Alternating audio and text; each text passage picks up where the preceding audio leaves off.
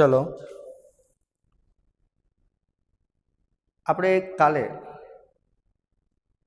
પ્રકાંડના રૂપાંતરણો એટલે કે વિશિષ્ટ કાર્ય જોયા હતા. ચલો કેટલા રૂપાંતરણો જોયા હતા? તો પ્રકાંડમાં આપણે ખોરાક સંગ્રહ જોઈ લીધો હતો, આરોહણ માટે પ્રકાંડના રૂપાંતરણ જોઈ લીધા હતા અને રક્ષણ માટે પ્રકાંડના રૂપાંતરણો આપણે જોઈ લીધા હતા. હવે આજે આપણે પહેલું પ્રકાશ સંશ્લેષણ માટે પ્રકાંડના રૂપાંતરણો જોવાના છે. પ્રકાશ સંશ્લેષણ માટે નોર્મલી આપણને એવું થાય કે સાહેબ પ્રકાશ સંશ્લેષણનું કાર્ય તો પર્ણનું છે, તો અહીંયા પ્રકાંડ કેમ પ્રકાશ સંશ્લેષણ કરે છે ભાઈ? તો આવું જ પ્રકાશ સંશ્લેષણનું રૂપાંતરણ આપણે મૂળમાં પણ જોયું હતું. યાદ કરો, ઉદાહરણ હતું એનું ગળો, જેની પાસે પાંદડા હતા ખરા પણ પ્રમાણમાં ઓછા હતા, એટલે એ લીલા રંગના મૂળ ઉત્પન્ન કરતા હતા અને પ્રકાશ સંશ્લેષણમાં મદદ કરતા હતા. તો એવું જ કંઈક અહીંયા પ્રકાંડના ભાગે પણ કામ કરવાનું આવે છે. નો ડાઉટ આમ જોવા જઈએ તો પ્રકાંડને પ્રકાશ સંશ્લેષણ કરવાની કોઈ જ જવાબદારી નથી, સમજાય છે? પણ કોઈક એવો પ્રોબ્લેમ હશે જેથી કરીને અહીંયા પ્રકાંડને પણ પ્રકાશ સંશ્લેષણ કરવું પડે છે. તો એના અહીંયા આગળ આમ જોવા જઈએ તો બે ઉદાહરણ છે. ચલો પહેલું ઉદાહરણ છે ફાફડા થોરનું. તમે દરેક લોકોએ ફાફડા થોર એટલે કે કેક્ટસ જોયેલા હશે. તમે જાણો છો કે કેક્ટસ એ શુષ્ક પ્રદેશમાં, સૂકા પ્રદેશમાં, જ્યાં પાણી ઓછું હોય એવા પ્રદેશમાં સરળતાથી ઉગી જાય છે. હવે પ્રોબ્લેમ શું હતો કેક્ટસનો? કે સૂકા પ્રદેશમાં ઉગે છે એટલે એને પાણી ઓછું મળે. પાણી ઓછું મળે એટલે પાણીનો વ્યય એને બિલકુલ પોસાતો નથી. એટલે કેક્ટસ શું કરે છે? ફાફડાથોર શું કરે છે? પાણીનો વ્યય અટકાવવા માટે પોતાના ઉપર જેટલા પાંદડા હતા, કારણ કે સૌથી વધારે પાણીનો વ્યય પાંદડા કરે, તો જેટલા પાંદડા હતા એ પાંદડાને ખેરવી નાખ્યા, હેઠા પાડી દીધા અને એના બદલે કાંટા લાવી દીધા. એટલે શું થયું જુઓ, તો માની લો કે આ કોઈ કેક્ટસ છે તો એના ઉપર આવી રીતે કાંટા આવી ગયા. ચલો એક રીતે જોવા જઈએ તો આ રીતે એક કાંટા ઉગાડી અને પર્ણને હેઠા પાડી એને પાણીનો વ્યય તો અટકાવી દીધો. કેક્ટસ ખુશ થઈ ગયું, હા સાહેબ અમે સક્સેસ થઈ ગયા, હવે અમારામાંથી પાણીનો વ્યય નહીં થાય. તો પછી આ તો માથું ખણવા માંડ્યો, યા લોચા પડી ગયા. શું લોચા પડ્યા બોલો? એને એક હેતુ સિદ્ધ કરવા માટે, કયો હેતુ? પાણીને બચાવવા માટે એને પાંદડા ખેરવી નાખ્યા, બરાબર, નો ડાઉટ પાણીનો વ્યય થતો અટકી જશે, બરાબર. એના બદલે કાંટા લાવી દીધા, પાણીનો વ્યય થતો બિલકુલ અટકી જશે. પણ હવે એને યાદ આવ્યું કે ભાઈ આપણા પાંદડા તો બહુ કામના હતા. કેમ કામના હતા? પ્રકાશ સંશ્લેષણ કરતા હતા.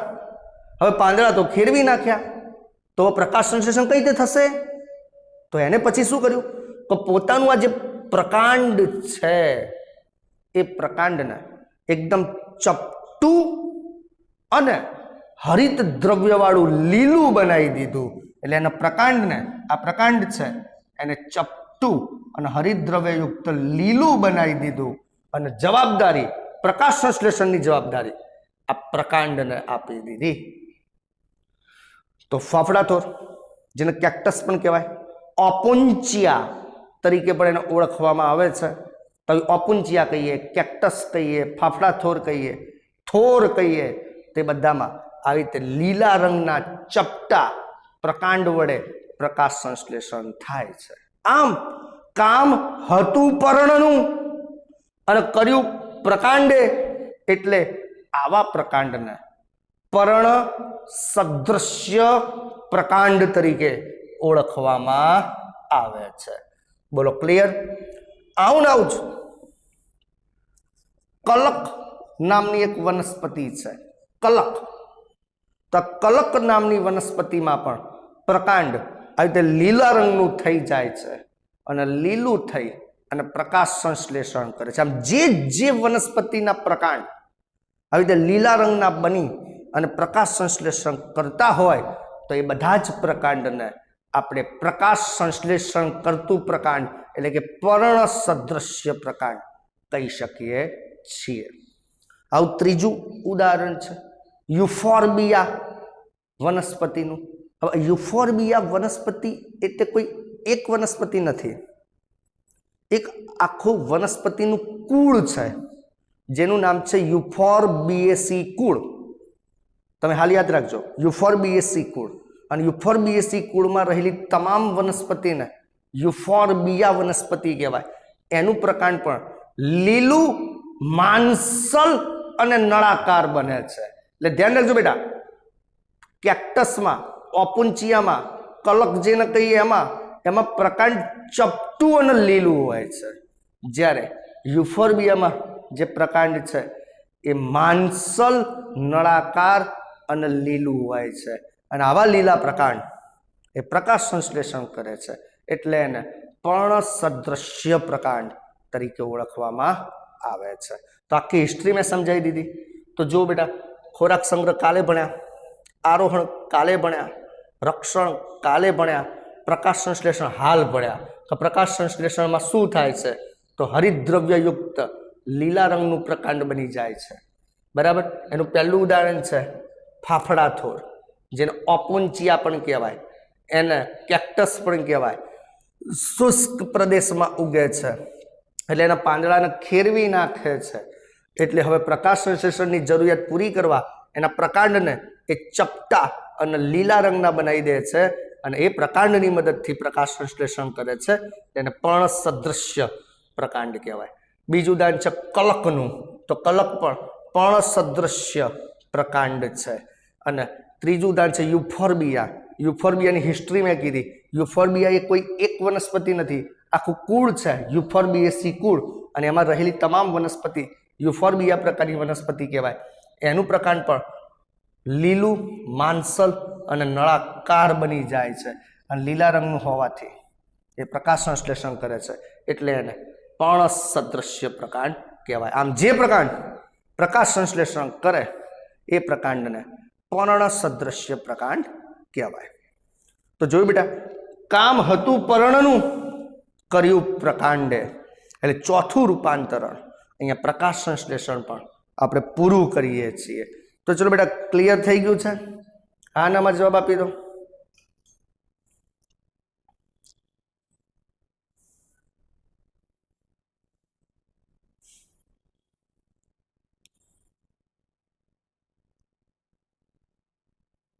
ઓકે,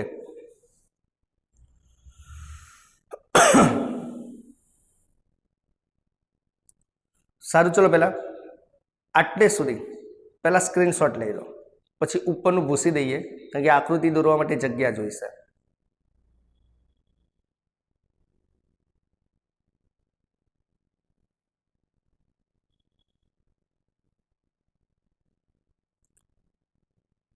ઓકે,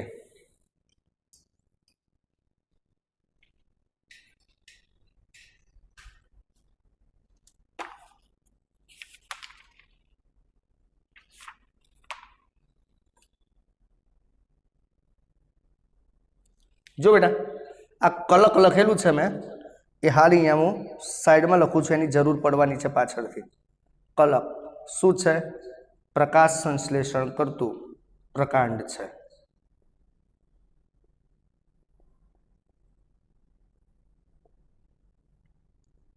ઓકે, સારું. ચલો, તો સ્ક્રીનશોટ પાડી દીધો બધાએ. તો હવે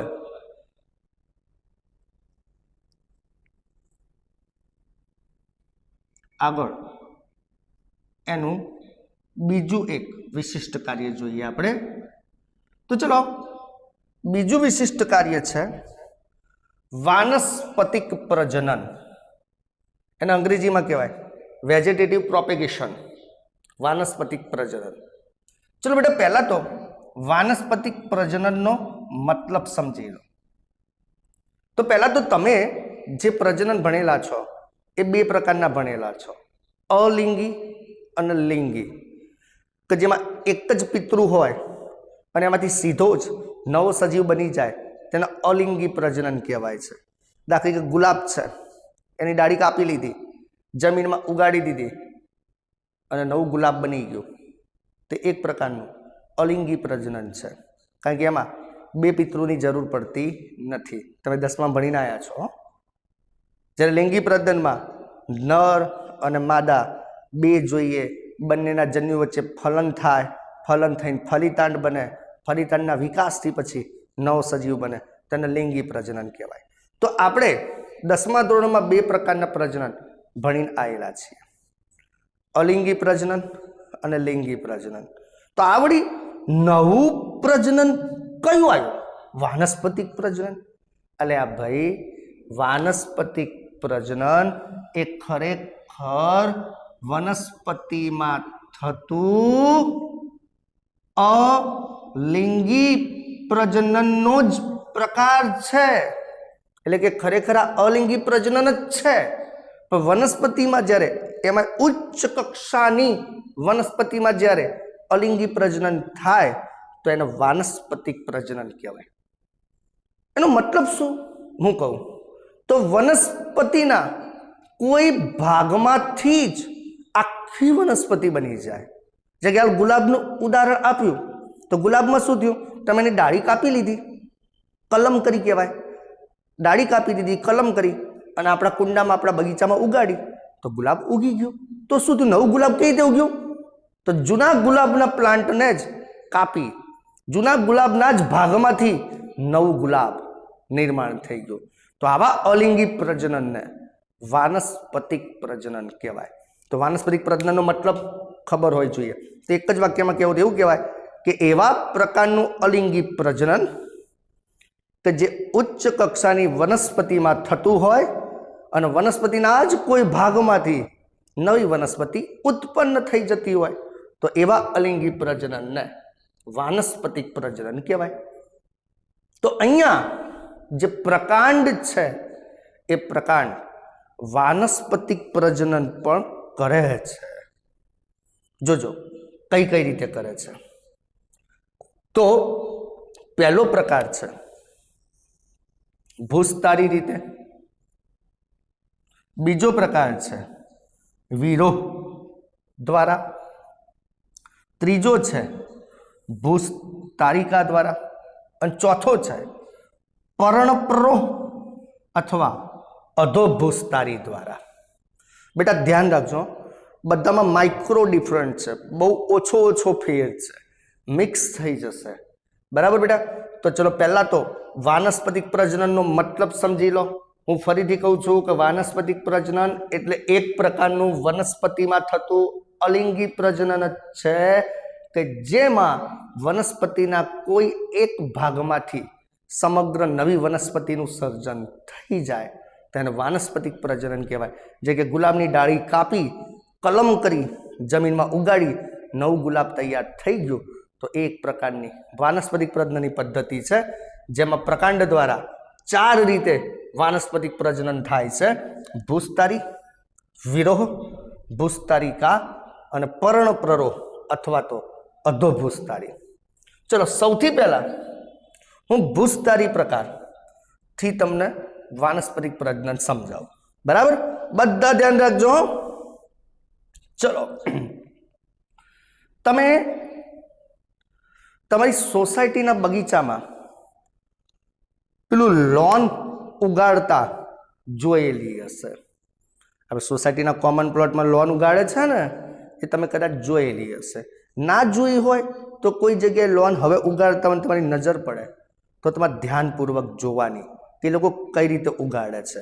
તો હું તમને સમજાવું છું અહીંયા પ્રેક્ટિકલી. તો જોજો બેટા,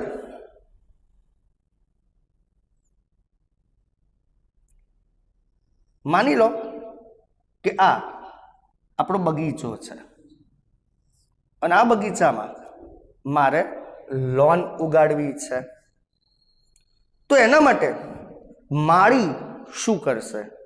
તો પહેલા તો કશેકથી લોન માટેનું ઘાસ લેતો આવશે, બરાબર? જોજો, અને એ ઘાસને આવી રીતે જોજો,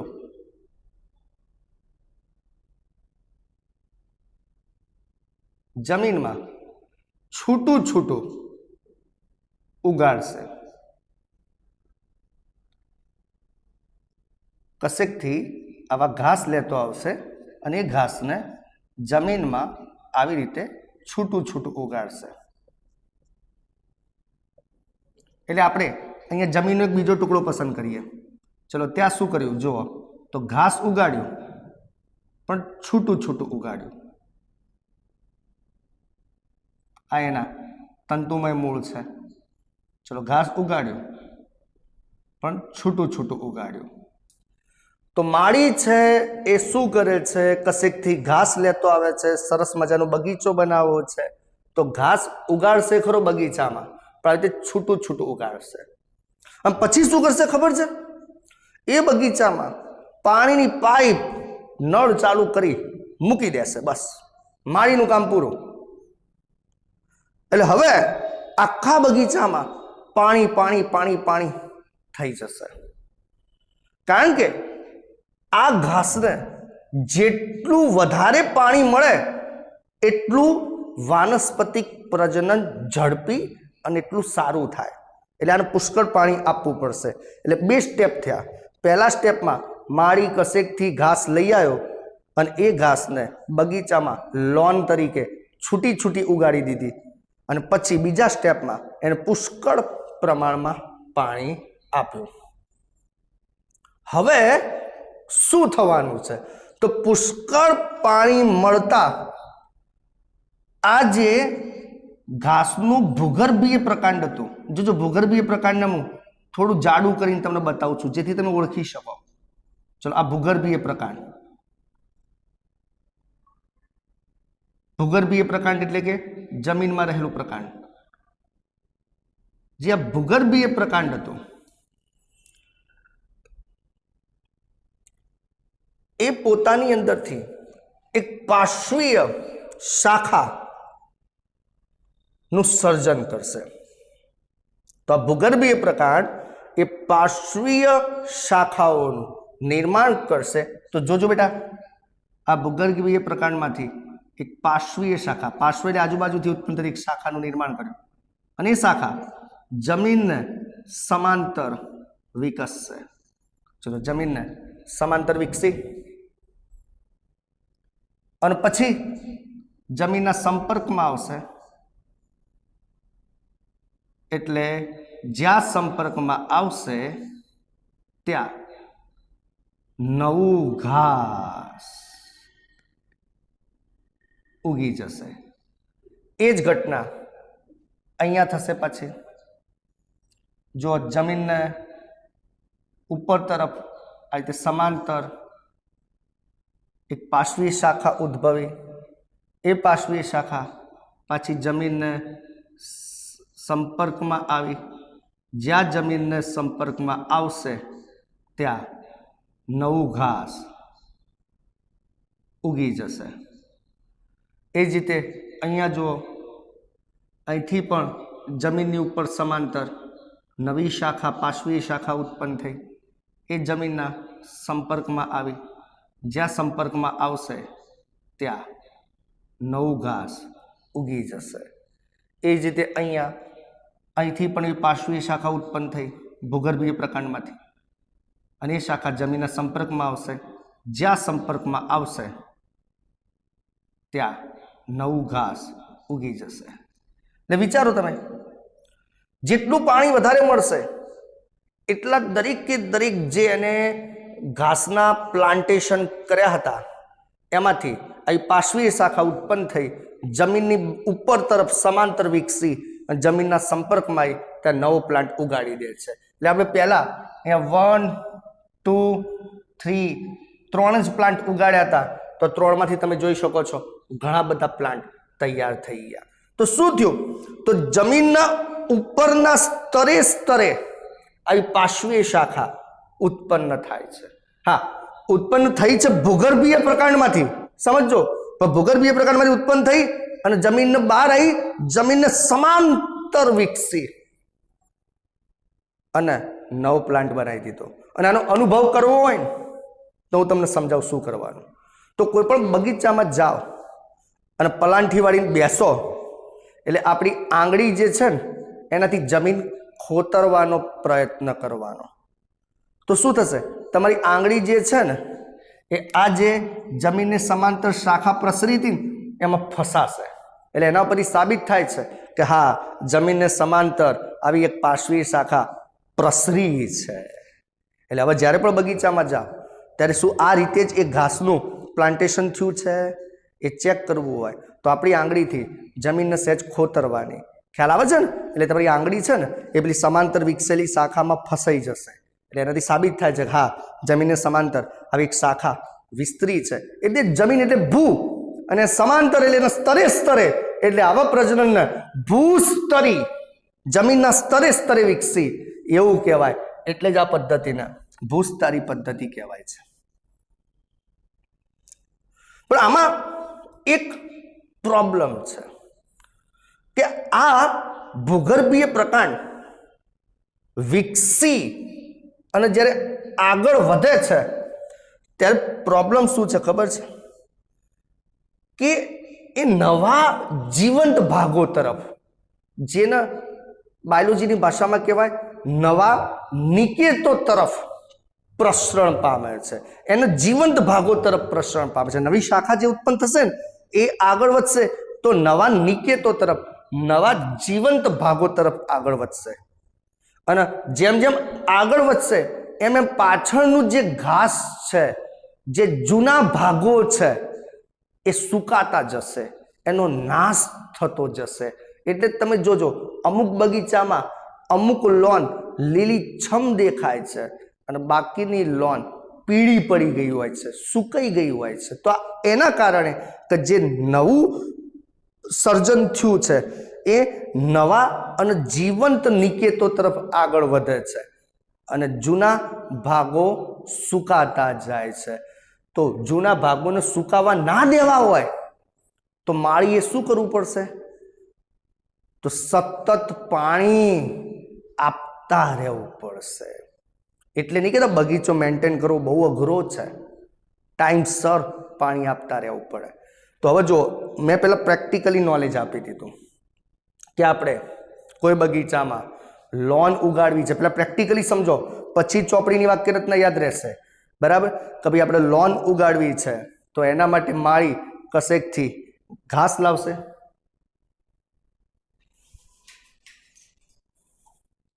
ચલો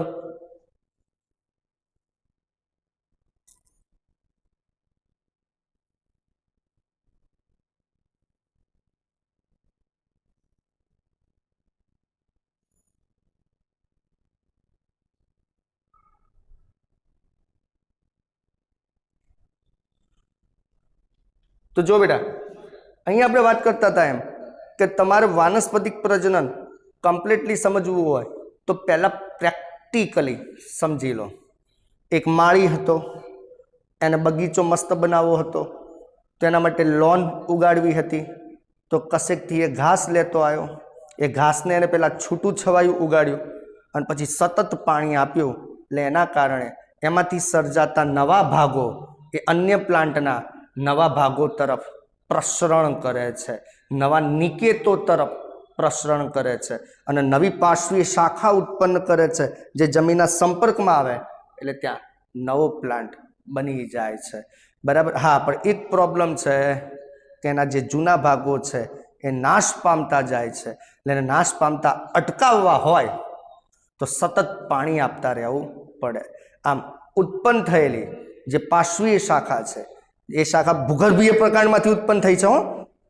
એ પાર્શ્વીય શાખા એ જમીનના સમાંતર સમાંતર વિકસી અને નવા પ્લાન્ટ બનાવે છે. એટલે જ આને ભૂસ્તરી પ્રકારનું વાનસ્પતિક પ્રજનન કહે છે.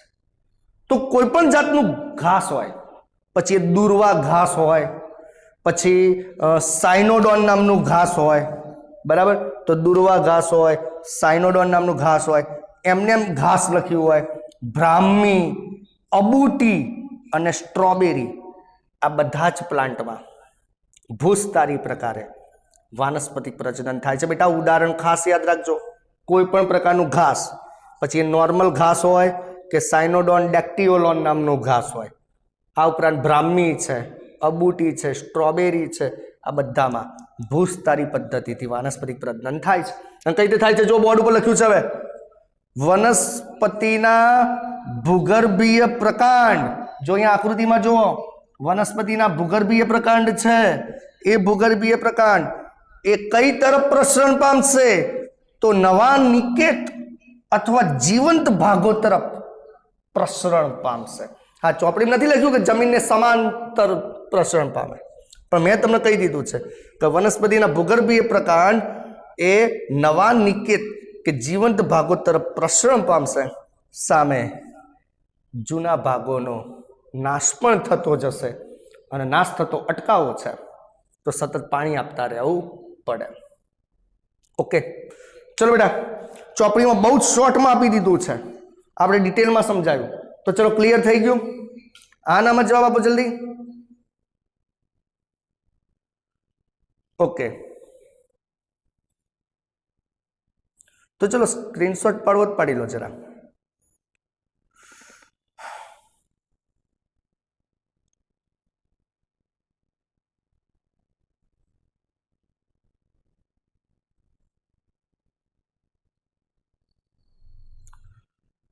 ચલો બેટા, હવે આગળ જઈએ.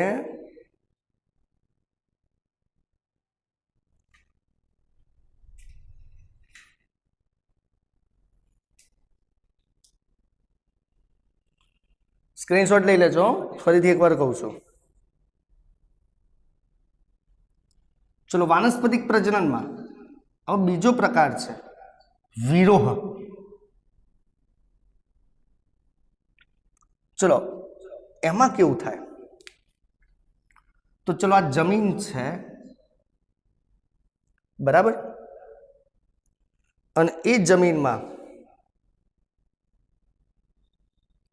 માની લો આ કોઈ એક પ્લાન્ટ ઉગાડ્યો છે.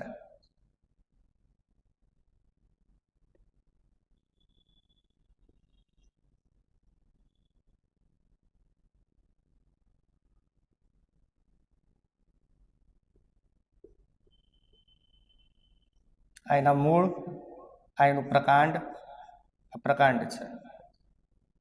તો જુઓ છો કે થોડું પ્રકાંડ જમીનની નીચે છે, એટલે એને ભૂગર્ભીય પ્રકાંડ કહેવાય. અને ભૂસ્તરી ભણી ગયા, હવે વિરોહ ભણવું છે. તો ચલો, આ ભૂગર્ભીય પ્રકાંડ, અને કાલે જ મેં પ્રકાંડ એને મુખ્ય ધરી કીધી હતી, બરાબર, વચ્ચે વચની ધરી, મુખ્ય ધરી કીધી હતી. તો શું થશે? તો જોજો, આ ભૂગર્ભીય પ્રકાંડ એટલે કે મુખ્ય ધરીનો આ પ્રદેશ એટલે તલ પ્રદેશ કહેવાય. તલ એટલે તળિયાનો પ્રદેશ. જોજો ડાર્ક કર્યો છે. તે તલ પ્રદેશમાંથી પાતળી પાર્શ્વીય શાખા વિકસી અને હવાઈ રીતે વિકાસ કરે, એટલે કે બહાર આવે. હવાઈ રીતે વિકાસ કર્યા બાદ થોડા સમય બાદ એવી કમાન આકારે વળી પાછી જમીન તરફ જાય. ચલો, આવી ગયું જમીન તરફ. જેવી જમીનના સંપર્કમાં આવે કે તરત ત્યાં નવા પ્લાન્ટનું સર્જન કરી નાખે છે. ચલો, એ જ રીતે આ બાજુથી પણ એવા પ્રકાંડના, ભૂગર્ભીય પ્રકાંડના, મુખ્ય ધરીના ભૂગર્ભીય પ્રકાંડના તલ ભાગેથી ફરીથી આવી પાતળી પાર્શ્વીય શાખા હવાઈ રીતે વિકાસ પામે છે. હવાઈ રીતે એટલે જમીનની બહાર. આ પછી કમાન આકારે વળી પાછી જમીનમાં જાય, અને જ્યાં જમીનના સંપર્કમાં આવે ત્યાં નવો પ્લાન્ટ બનાવી દે છે. તો આમ આ જે કમાન આકારની રચના તૈયાર થઈ જે ભૂગર્ભીય પ્રકારના એટલે કે મુખ્ય ધરીના તલ ભાગેથી તૈયાર થઈ એને વિરોહ કહેવાય. વિરોહ. તો આમ અહીંયા એક પ્લાન્ટ ઉગાડ્યો હતો પણ એની બંને બાજુ આ વિરોહ તૈયાર થયા અને એને નવા 2 પ્લાન્ટ ઉત્પન્ન કરી દીધા. પછી આ નવા બનેલા પ્લાન્ટ પોતાનામાંથી બીજા નવા પ્લાન્ટ તૈયાર કરશે. તો આ રીતે એની સંખ્યા વધતી જ જાય છે. બરાબર. તો ખાસ કરીને ફુદીનો, જુઈ અને સ્ટ્રોબેરી આ ત્રણેયમાં વિરોહ પદ્ધતિથી વાનસ્પતિક પ્રજનન થતું હોય છે. તો જો બેટા ચોપડીમાંથી વાંચીએ હવે શું થયું. તો મુખ્ય ધરીના તલ ભાગેથી એટલે ભૂગર્ભીય પ્રકારમાંથી પહેલા તો ઉપરની તરફ પાતળી અને પાર્શ્વીય શાખા વિકસે. તો તમે જોઈ શકો છો પાતળી અને પાર્શ્વીય શાખા વિકસી જે હવાઈ રીતે વિકાસ કરે, હવામાં જાય, જમીનમાંથી હવામાં, અને ત્યારબાદ થોડા સમય માટે હવામાં રહી કમાન આકારે વળી નીચે જમીનના પાછા સંપર્કમાં આવે અને જ્યાં સંપર્કમાં આવે ત્યાં નવો પ્લાન્ટ બનાવી દે. તો એનો વિરોહ કહેવાય. તો બેટા ફુદીનો, જેને અંગ્રેજીમાં મિન્ટ કહીએ, જુઈ અને સ્ટ્રોબેરી આ ત્રણે વિરોહ પદ્ધતિથી વાનસ્પતિક પ્રજનન કરે. ચલો ક્લિયર. હવે જુઓ પ્રોબ્લેમ છે અહીંયા સ્ટ્રોબેરીમાં. જો એનસીઆરટીમાં જે સ્ટ્રોબેરી છે એ ભૂસ્તરીમાં આપેલ છે. એનસીઆરટીમાં સ્ટ્રોબેરી છે ભૂસ્તરીમાં આપેલ છે. ખરેખર સાચું જોવા જઈએ તો સ્ટ્રોબેરી એ વિરોહમાં આવે. સ્ટ્રોબેરી એ વિરોહમાં આવે. બરાબર. પણ આપણે મેં અહીંયા આગળ જે ખરેખર સાચું છે એ લખ્યું છે, વિરોહમાં સ્ટ્રોબેરી લખ્યું છે. પણ આપણે પ્રાયોરિટી એનસીઆરટીને આપવાની, એટલે એનસીઆરટીમાં સ્ટ્રોબેરી ભૂસ્તરીમાં આપેલી છે એટલે તમારે ભૂસ્તરીમાં જ લખવાની. એટલે એનો મતલબ આને સાચું ગણજો. બરાબર. અહીંથી હું સ્ટ્રોબેરી ભૂસી દઉં છું. ખરેખર સાચું આ છે વિરોહ દ્વારા. બરાબર. પણ આપણે ભૂસ્તરીમાં જ સ્ટ્રોબેરી રાખીશું, ચોપડીમાં આપ્યું છે એ પ્રમાણે. બરાબર. બાકી ચોપડીમાં છે ભૂલ. બરાબર. પણ આપણે એનસીઆરટીમાં પૂછાય તો પછી આપણે ટેક્સ્ટબુકને જ ફોલો કરવો પડશે. એટલે વિરોહમાં 2 ઉદાહરણ યાદ રાખજો, ફુદીનો અને જુઈ. હા, જો સ્ટ્રોબેરી કોઈ પ્રશ્ન પૂછાય અને ભૂસ્તરીમાં સેટ ના થતું હોય તો પછી એને વિરોહમાં ગણી લેજો. યાદ રાખજો બેટા, પ્રેક્ટિકલ બની જજો એ વખતે કે સ્ટ્રોબેરી જો ભૂસ્તરીમાં સેટ ના થતું હોય ગમે તે રીતે તો પછી એને વિરોહમાં ગણી લેજો. પ્રશ્ન જોવાનો, વિકલ્પ જોવાનો, એના પરથી પછી નક્કી કરવાનું તમારે. ચલો ક્લિયર થઈ ગયું બેટા? ચલો તો આનો સ્ક્રીનશોટ લઈ લો.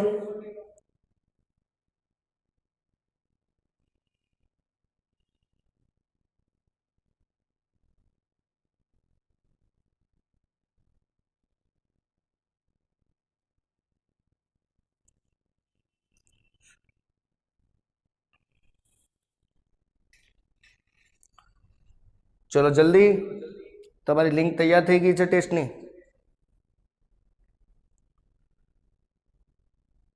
ચલો હવે ત્રીજું વાનસ્પતિક પ્રજનન, ભૂસ્તરિકા. જો બેટા ભલે લખ્યું છે ભૂસ્તરિકા પણ જમીનને સાથે કોઈ લેવા દેવા નથી. એનો સીધો સંબંધ પાણી સાથે છે. જોજો આ પાણી દોરું છું અને પાણીમાં ઉગતી કેટલીક વનસ્પતિ એ ભૂસ્તરિકા પ્રમાણે વાનસ્પતિક પ્રજનન કરશે. કઈ રીતે? તો ચલો આપણે એક રેખાકૃતિ બનાવી દઈએ. ચલો આ કોઈ પ્લાન્ટ છે, આ એનું મૂળ છે, આ પ્લાન્ટ, આ એના પાંદડા, આ એના મૂળ. ઓકે. હવે શું થશે બેટા જુઓ તો એના પ્રકાંડ ઉપરથી જ, કારણ કે પ્રકાંડના રૂપાંતરણ જોવાના છે, અહીંયા પ્રકાંડ માટે ભૂગર્ભીય પ્રકાંડ શબ્દ નહીં વપરાય. અત્યાર સુધી આપણે ભૂગર્ભીય પ્રકાંડ અથવા તો પ્રકાંડનો તલ પ્રદેશ એવા શબ્દો વાપરતા હતા, કારણ કે જમીનના સંદર્ભમાં લેવાનું હતું. આ તો પાણીની અંદર ઉગતી વનસ્પતિઓની વાત છે, એટલે ભૂગર્ભીય પ્રકાંડ શબ્દ નહીં વાપરીએ, પણ ખાલી પ્રકાંડ શબ્દ વાપરીશું. તો પ્રકાંડમાંથી શું થશે? તો પાર્શ્વીય શાખા ઉત્પન્ન થશે, જેમ બધામાં થતી હતી એમ. તો ચલો જોજો, એક પાર્શ્વીય શાખા ઉત્પન્ન થઈ. જોજો, આ પાર્શ્વીય શાખા ઉત્પન્ન થઈ જે ટૂંકી આંતરગાંઠ ધરાવતી હોય. ચલો, પાર્શ્વીય શાખા ઉત્પન્ન થઈ જે ટૂંકી આંતરગાંઠ ધરાવે છે. અને હા, દરેક ગાંઠ ઉપર ગુલાબવત પર્ણો છે. ગુલાબવત એટલે ચક્રીય રીતે ગુલાબની માફક ગોઠવાયેલા પર્ણ. ચલો, અહીંયા આ ગાંઠ ઉપર ગુલાબવત એટલે ચક્રીય રીતે ગોઠવાયેલા પર્ણ છે. એટલે પહેલા સ્ટેપમાં શું થયું? તો પ્રકાંડમાંથી એક પાર્શ્વીય શાખા ઉત્પન્ન થઈ. આ પાર્શ્વીય શાખામાં ટૂંકી આંતરગાંઠો હતી, એટલે કે બે ગાંઠ વચ્ચે અંતર ઓછા હતા, અને દરેક ગાંઠ ઉપરથી ગુલાબવત પર્ણ ઉત્પન્ન થયેલા છે. અને સાથે સાથે ગુચ્છમાં આવા મૂળ પણ ઉત્પન્ન થાય છે. બોલો, ક્લિયર? અને પછી આ પાર્શ્વીય શાખામાંથી નવો પ્લાન્ટ તૈયાર થઈ જશે. ચલો, આવું ના આવું બીજી વખત રિપીટ થશે. પાછી એક પાર્શ્વીય શાખા ઉત્પન્ન થશે જે ટૂંકી આંતરગાંઠવાળી હશે, જેના ઉપર ગુલાબવત પર્ણ ઉત્પન્ન થશે. અને એ શાખામાંથી પાછી નવો પ્લાન્ટ તૈયાર થઈ જશે. તો આમ આ પદ્ધતિને ભૂસ્તરિકા પદ્ધતિ કહેવામાં આવે છે. તો હવે ચલો ચોપડીમાંથી વાંચીએ તો શું થયું? તો ટૂંકી આંતરગાંઠો સહિત જો જે પાર્શ્વ શાખા ઉત્પન્ન થઈ છે, એ પાર્શ્વ શાખા કેવી છે? તો ટૂંકી આંતરગાંઠ સહિત પાર્શ્વ શાખા છે. જો આંતરગાંઠો ટૂંકી છે, એવી ટૂંકી આંતરગાંઠ સહિતની પાર્શ્વ શાખા છે. પાર્શ્વ આજુબાજુથી ઉત્પન્ન થયેલી, તથા એના ઉપર આવા ગુલાબવત પર્ણ ધરાવતી દરેક ગાંઠ છે. એટલે ગાંઠ ઉપર પાછા ગુલાબવત પર્ણ છે. સમજ્યા? તો આવી પાર્શ્વી શાખા ઉત્પન્ન થાય છે. વળી એમાં ગુચ્છમાં મૂળ પણ જોવા મળે છે, અને એમાંથી પછી નવ પ્લાન્ટ તૈયાર થઈ જાય છે. તો આ પદ્ધતિને ભૂસ્તરિકા પદ્ધતિ કહેવાય.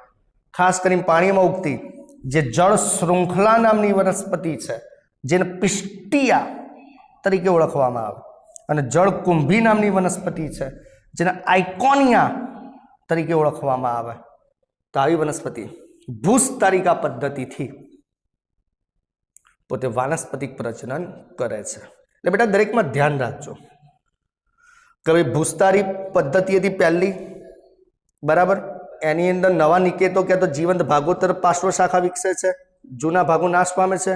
વીરોમાં પાતળી પાર્શ્વીય શાખા ઉત્પન્ન થઈ, બરાબર, જે કમાન આકારે વળી. ભૂસ્તરિકામાં ટૂંકી આંતરગાંઠવાળી પાર્શ્વીય શાખા ઉત્પન્ન થઈ, જે ગુલાબવત પર્ણ ધરાવે છે. તો આવી વિશેષતાઓ દરેકની યાદ રાખજો. ચલો બેટા, આટલે સુધી દરેકને ક્લિયર? જલ્દીથી જવાબ આપજો.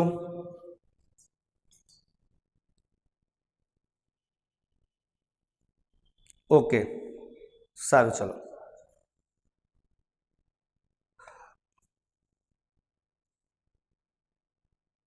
હા, આ ગુલાબવત પર્ણ એ સમય જતા પછી ખરી પડે છે. એટલે પ્રાચીએ પ્રશ્ન પૂછ્યો તો કે ગુલાબવત પર્ણ કાયમી રહે છે? ના, સમય જતા ગુલાબવત પર્ણ ખરી પડે છે.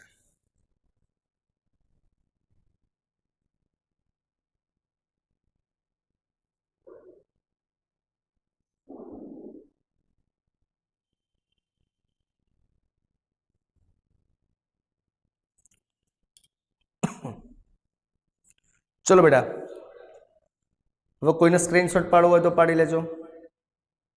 આગળ લઈએ.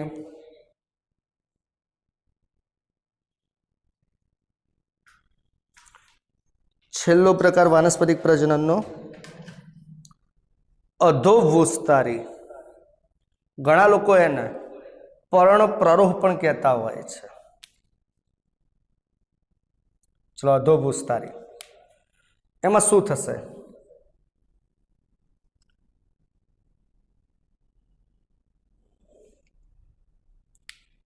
તો ચલો, આ જમીન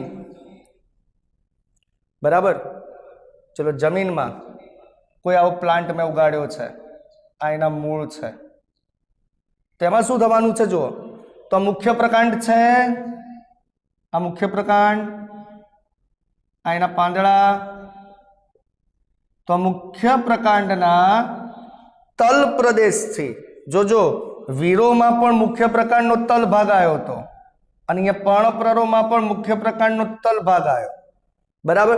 તો મુખ્ય પ્રકાંડના તલ ભાગેથી એટલે કે ભૂગર્ભીય ભાગેથી પાર્શ્વીય શાખા ઉદ્ભવે છે, જે જમીનની નીચે જ આડી વિકાસ પામે છે.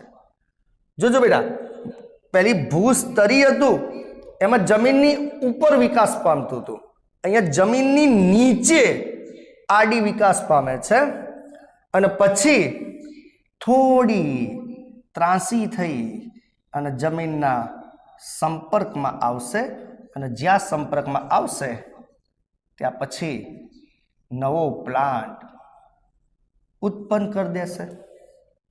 એ જ રીતે જે નવો પ્લાન્ટ ઉત્પન્ન થયો છે એ પણ મુખ્ય પ્રકાંડના તલ ભાગેથી આવી પાર્શ્વીય શાખા ઉત્પન્ન કરશે, જે થોડી ત્રાંસી થઈ જમીનના સંપર્કમાં આવશે. પછી આ રીતે નવો પ્લાન્ટ તૈયાર કરી નાખશે. તો એને કહેવાય જમીનની નીચે વિકસે છે એટલે એને અધોભૂસ્તારી તરીકે ઓળખવામાં આવે છે, અથવા એને પર્ણપ્રરોહ પણ કહેવામાં આવે છે. તો જોજો બેટા શું થયું તો મુખ્ય પ્રકાંડના તલ પ્રદેશ અને ભૂગર્ભીય ભાગમાંથી પાર્શ્વીય શાખા ઉદ્ભવી અને જમીનની નીચે આડી વિકાસ કરી અને પછી પાછી ત્રાંસી થઈ અને જમીનના સંપર્કમાં આવી અને જમીનની બહાર આવે છે, નવો પ્લાન્ટ વિકસે છે. અને એનું ઉદાહરણ છે કેળા.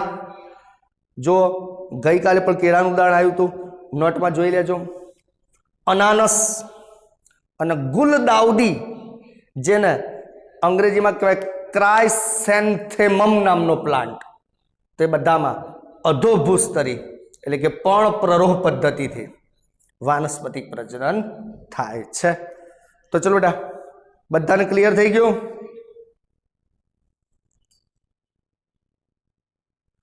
એક પ્રકાંડમાંથી કેટલી શાખા નીકળે તો વધુમાં વધુ 2, એનાથી વધારે નહીં.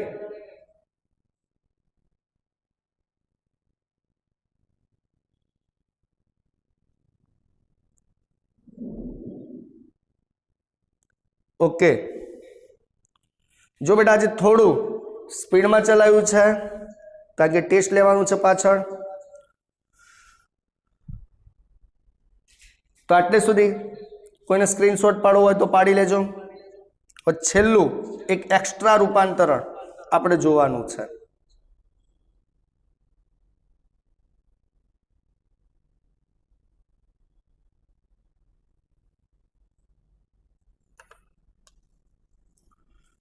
બેટા ચોપડીની બેઠી વાક્ય રચના સમજાવવાનો પ્રયત્ન કરેલો છે.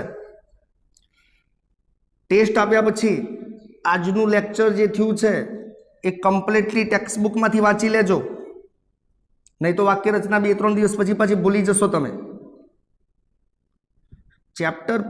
લેક્ચર પતે તરત ટેક્સ્ટ બુકમાંથી વાંચી જ લેવાનું.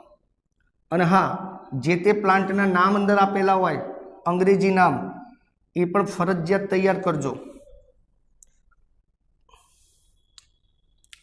જો બેટા આપણે ખાસા બધા રૂપાંતરણો જોયા પ્રકાંડના.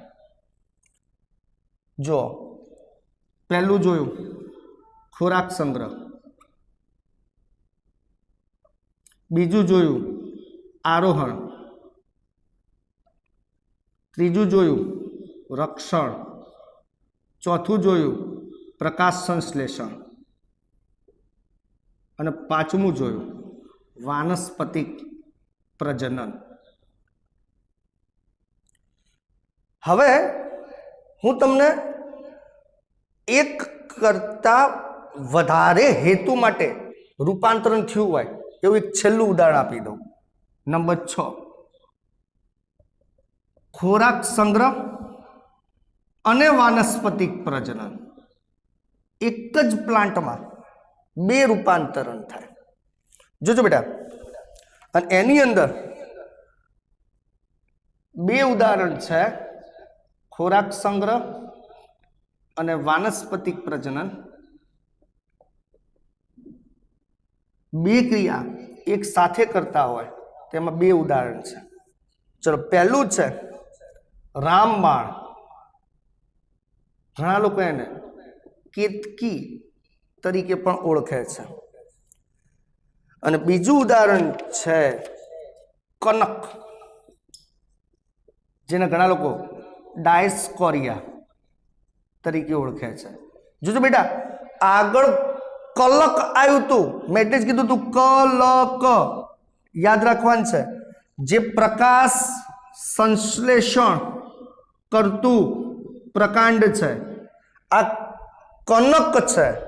આ લખોટીનો લ, આ નગારાનો ન. તો રામબાણ અને કનક એમાં 2 ક્રિયાઓ એક સાથે થાય છે. આ પર ફેર એટલો છે કે રામબાણમાં એની પુષ્પકલિકા એ ખોરાકનો સંગ્રહ અને વાનસ્પતિક પ્રજનન કરે, જ્યારે કનકમાં એની કક્ષકલિકા એ ખોરાકનો સંગ્રહ અને વાનસ્પતિક પ્રજનન કરે. હવે સમજાવું તમને. ચલો, જો રામબાણ આવી હોય, માઉન્ટ આબુ જાઓ ને તો ત્યાં રસ્તા ઉપર આવી ખાસી બધી રામબાણ ઉગેલી હોય છે. અહીંયા આગળ કાંટા હોય અને એમાંથી આવી લાંબી અક્ષ ઉપર મસ્ત મજાની આવી પુષ્પકલિકા બનેલી હોય. શું થશે? પહેલા તો આ પુષ્પકલિકા એ પહેલા ખોરાકનો સંગ્રહ કરતી જશે, એટલે કદમાં મોટી થતી જાય, વજન વધતું જાય, અને પછી એના આ અક્ષ ઉપરથી તૂટી જાય. એટલે જો પહેલા ખોરાકનો સંગ્રહ કર્યો, વજન વધ્યો, પછી અક્ષ ઉપરથી તૂટી અને પછી જમીન ઉપર પડે, અને એમાંથી પછી નવો પ્લાન્ટ નું નિર્માણ કરી દે. એટલે કે પહેલા ખોરાકનો સંગ્રહ કરે, એની પુષ્પની કલિકા ખોરાકનો સંગ્રહ કરી પછી જ્યારે વજન વધે એટલે તૂટી જાય, તૂટીને જમીન ઉપર પડે, ત્યાંથી પછી નવો પ્લાન્ટ બનાવી દે. આ જ વસ્તુ કનકમાં એટલે કે ડાયસ્કોરિયામાં પણ થાય છે. ચલો, આ છે કનકનું એક પર્ણ દોરેલું છે. ચલો, એની કક્ષમાં અહીંયા આ કક્ષ કલિકા છે. હાલ નાની છે, પણ હવે પહેલા એક ખોરાકનો સંગ્રહ કરશે એટલે એ મોટી થઈ જાય,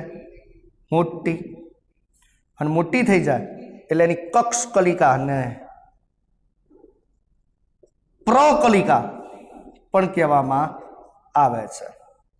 એટલે અત્યાર સુધી નાની હતી ત્યાં સુધી કક્ષ કલિકા કહેવાય. ખોરાકનો સંગ્રહ કરે એટલે એ મોટી થઈ જાય, એને પ્રકલિકા કહેવાય. અને પછી ત્યાંથી જમીન ઉપર પડી જશે, વજન વધે એટલે જમીન ઉપર પડી જાય, આ જમીન ઉપર પડે એટલે એમાંથી નવો પ્લાન્ટ તૈયાર થઈ જાય. એટલે મારું કહેવાનું મતલબ તમે સમજી ગયા છો કે રામબાણમાં પુષ્પકલિકાએ પહેલા ખોરાકનો સંગ્રહ કર્યો, વજન વધ્યું એટલે પિતૃ પ્લાન્ટ ઉપરથી તૂટી નીચે પડ્યો અને વાનસ્પતિક પ્રજનન કરી નવો પ્લાન્ટ બનાવી દીધો. કનકની અંદર એની કક્ષ કલિકાએ ખોરાકનો સંગ્રહ કર્યો, કદમાં મોટી બની, વજન વધ્યું, એ વખતે એને પ્રકલિકા કહેવાય. વજન વધે એટલે તૂટીને જમીન ઉપર પડે અને નવો પ્લાન્ટ વાનસ્પતિક પ્રજનન કરીને બનાવી દે. આમ પહેલા ખોરાકનો સંગ્રહ કરે છે, પછી વાનસ્પતિક પ્રજનન કરે છે. હા ભાઈ, આવું ત્રીજું ઉદાહરણ પણ છે, બટાકા. એ પણ તમને ખ્યાલ છે કે પહેલા ખોરાકનો સંગ્રહ કરે, અને પછી એમાંથી નવા પ્લાન્ટનું નિર્માણ કરી શકે છે. એટલે પ્રકાંડમાં 3 આયા: રામબાણ, કનક અને બટાકા, જે ખોરાકનો સંગ્રહ પણ કરે અને પછી વાનસ્પતિક પ્રજનન પણ કરે. તમે કહો સાહેબ સક્કરિયું પણ આવતું હતું? હા, સક્કરિયું પણ ખોરાકનો સંગ્રહ કરે અને વાનસ્પતિક પ્રજનન પણ કરે. પણ બેટા એ મૂળ હતું, ખોરાક સંગ્રહી અને વાનસ્પતિક પ્રજનન કરતું મૂળ આપણા જે પ્રકાંડ ચાલે છે. ઓકે, સારું, ચલો બેટા, બધાને ક્લિયર થઈ ગયું છે?